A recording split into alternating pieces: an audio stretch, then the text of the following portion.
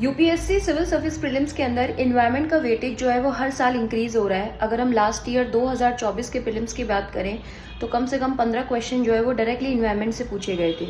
मैं आपको एक चीज़ रिकमेंड करना चाहूँगी कि जब भी आप इन्वायरमेंट का रिवीजन करो उसको जस्ट ज्योग्राफी की बात करो, क्योंकि ज्योग्राफी और इन्वायरमेंट काफ़ी हद तक रिलेटेड हैं। जैसे कि आपने सॉइल वाला कॉन्सेप्ट, सीजन का कॉन्सेप्ट, बायोडाइवर्सिटी का कॉन्सेप्ट जो है और इकोसिस्टम का जो कॉन्सेप्ट है वो आपने ज्योग्राफी में ऑलरेडी रिवाइज किया हुआ है। तो आपको जब इन्वायरमेंट में ये सिमिलर कॉन्सेप्ट आता है तो आपको काफ़ी कम टाइम लगता है उनको रिवाइज करने में। एक दिन से ज़्यादा टाइम देने की ज़रूरत नहीं है रिवीजन में, क्योंकि आप इन कॉन्टिन्यूशन विद ज्योग्राफी इसको कर रहे हो रिवाइज।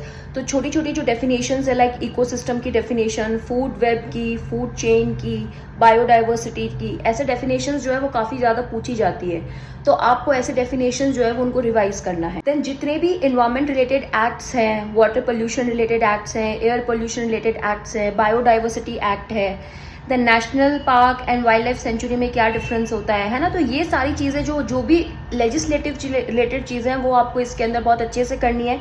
आप इसमें ये देख लीजिए कि क्या क्या प्रोविजंस हैं, और अगर कोई रीसेंट कोई नेशनल पार्क डिक्लेयर किया गया है या कोई वाइल्ड लाइफ सेंचुरी डिक्लेयर की गई है उसको आप जरूर देख लेना। इंटरनेशनल लेवल पे अगर हम बात करें तो करंट अफेयर्स का एक बहुत इंपॉर्टेंट रोल आता है एनवायरमेंट सब्जेक्ट के अंदर। तो जो भी क्लाइमेट चेंज निगोसिएशन हुए हैं लास्ट 3-4 साल में उनको एक जरूर देख लेना।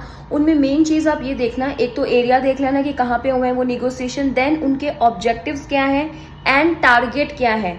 अगर उन्होंने कोई नेक्स्ट समिट के लिए टारगेट रखा है तो वो जरूर देख लें। एंड क्लाइमेट चेंज रिलेटेड जितने भी ऑर्गेनाइजेशन है, लाइक यूएनएफसीसी हो गया, आपका क्योटो प्रोटोकॉल्स हो गए, एसडीजी हो गए, उनको आप जरूर देख लेना।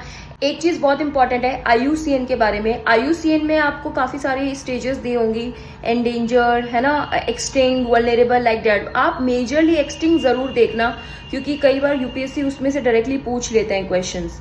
मैंग्रोव्स चैप्टर बहुत इंपॉर्टेंट है, मैंग्रोव्स को बहुत अच्छे से कर लेना, ठीक है। मैंग्रोव्स से क्वेश्चन पूछे जाने के चांसेस है, क्योंकि जनरली वो न्यूज में भी रहता है और पूछा गया है। एंड टाइगर सेंसस बहुत इंपॉर्टेंट टॉपिक है, इसको आप विकिपीडिया से आप देख लेना, करंट अफेयर्स में आपको मिल जाएगा।